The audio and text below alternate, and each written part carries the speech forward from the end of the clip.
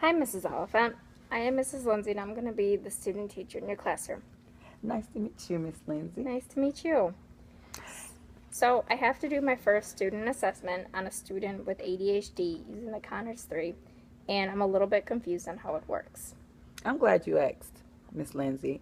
conners3 is one of my favorite assessments to give. The conners3 was published by C. Keith Connors in 2009. Okay, so are there any subtests in this assessment? No, the conners3 doesn't have any subtest. What is the age range for the conners3? Anyone from 6 to 18 years can take the conners3. Do you know the purpose of conners3? I think I do. Is it to assess students with ADHD and its comorbid problems? Yes, that is correct. Do you think you are qualified to give this assessment? I'm not sure. What exactly are the qualifications for this assessment? Actually, you are qualified because any graduate student with training in test assessment and follow the best ethical, psychological, and educational testing are allowed to administer this test. Okay, great. So, how am I going to administer this test to a student? Actually, the form you have Oh, is the okay. conners3 teacher, which means you can fill out the assessment on your own based on your own observation of the student. Oh, wow. That's really neat. So, how long should it take me to administer and score this assessment? Administering the test should only take you about 20 minutes and 5 minutes if you score online.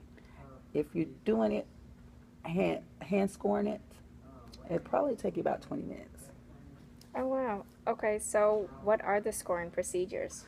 Well, I would recommend you using the online scoring Mm-hmm. systems in which you can transfer your answers from this form into the computer, and then the computer will print out a detailed assessment report based on your observations and assessments.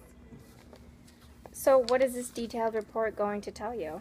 Well, it's going to show you 4 different categories: learning problems, aggressions, hyperactivity, and peer reports, relations. And it will tell you how your students score in each of those categories. Oh, okay. So, it sounds like the report provides you with a very detailed description of the type of ADHD that the child has. Yes, it does. So, how many times would you say that you've administered this assessment? I've administered the conners3 so many times that I've actually lost track. So, what would you say are the strengths and weaknesses of the conners3? What I love most about the conners3 is that it's a quick assessment to do when you're trying to get an idea of the severity of your child's ADHD. It is a very easy assessment to understand, and it does not take very long to administer and score. The only thing that I could think that conners3 can improve on is that there could be more research done to assess and to improve its validity. Also, the conners3 does not have any accommodations for the ESL students or for students with disabilities or special needs. Okay, so overall, it sounds like the conners3 is a pretty good assessment. The only question I have left is about the validity and the reliability of the test. That's a great question, Miss Lindsay.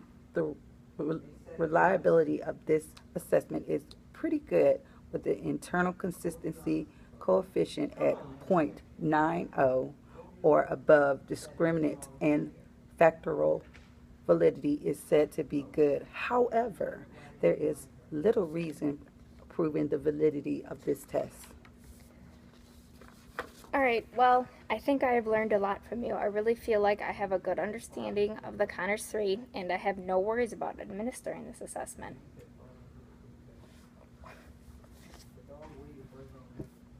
Well, good. I'm so glad I could help. Well, it was so nice to meet you. I look forward to working with you in your classroom.